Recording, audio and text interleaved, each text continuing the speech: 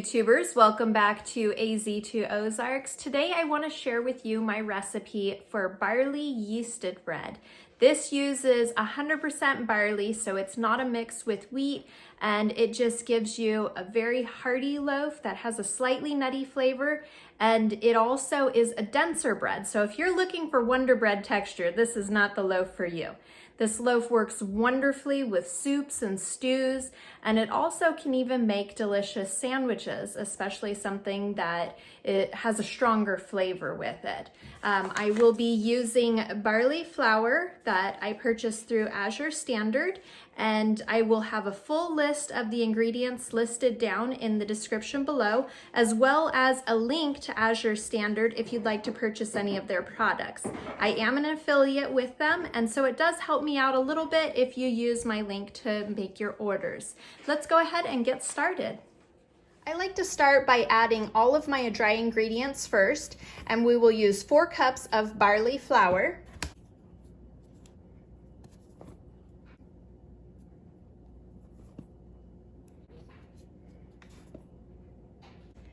next is 2 tablespoons of ground flaxseed, and this is helpful for helping the batter to bind together.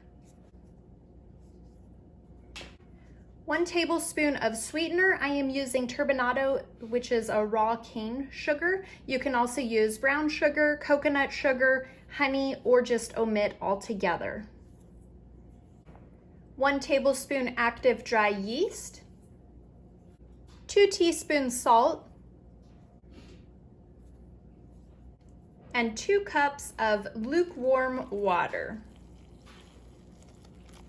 And here you just mix it together like you would a batter until it comes together looking nicely mixed.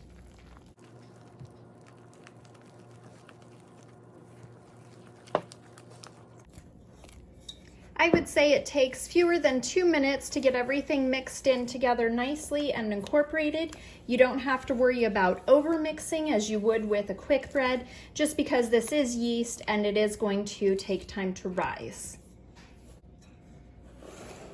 Make sure you have a well-greased bread pan, and I like to use a stoneware pan. However, you can use any bread pan that is 9 inches by 5 inches, and we will simply spread the batter into this pan.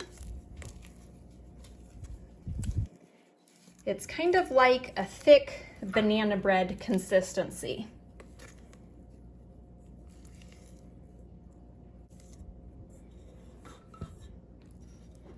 Using your spatula, you can kind of smooth it out a little bit into the pan.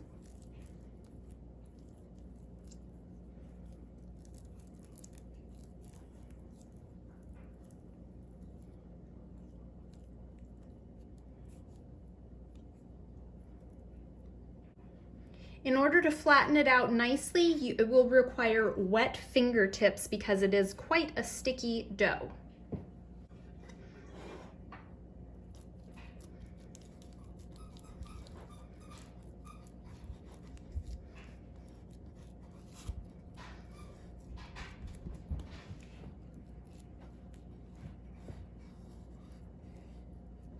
It's not necessary to get it completely smooth. That is really up to your preference. And then finally, you will cover it with a well-greased plastic wrap.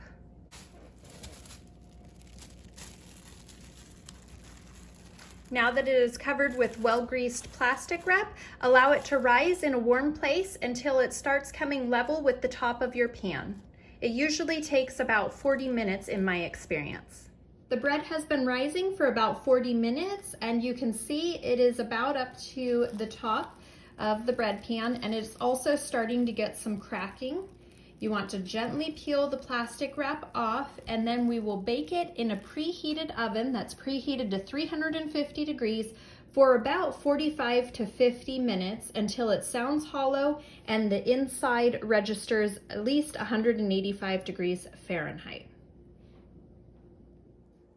The barley bread has been baking for about 50 minutes and it came up to temperature nicely. So it came up to 190 degrees and it's slightly golden on top. Now I am going to set it on a cooling rack until it is cool enough to remove from the pan. And here is where you have a choice what you do with it. When you allow it to cool, if you allow it to cool completely, it will be less crumbly and easier to slice for things like sandwiches.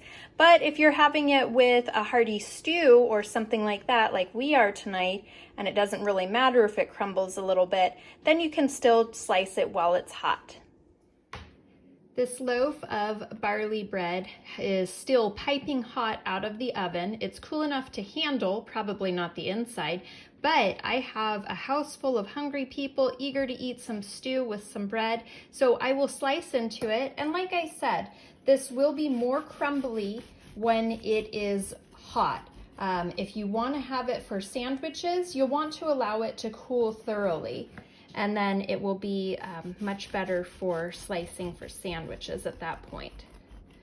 So I'll go ahead and slice a bit for you there to see the inside. And it is piping hot. So this gives you a delicious nutty flavor bread, and it really has just a touch of sweetness, and I personally like it very much. If you are looking for something a little different than your usual wheat bread, then I don't think you will be disappointed with this at all. If you enjoyed this video, give me a thumbs up and subscribe for more recipes in the future.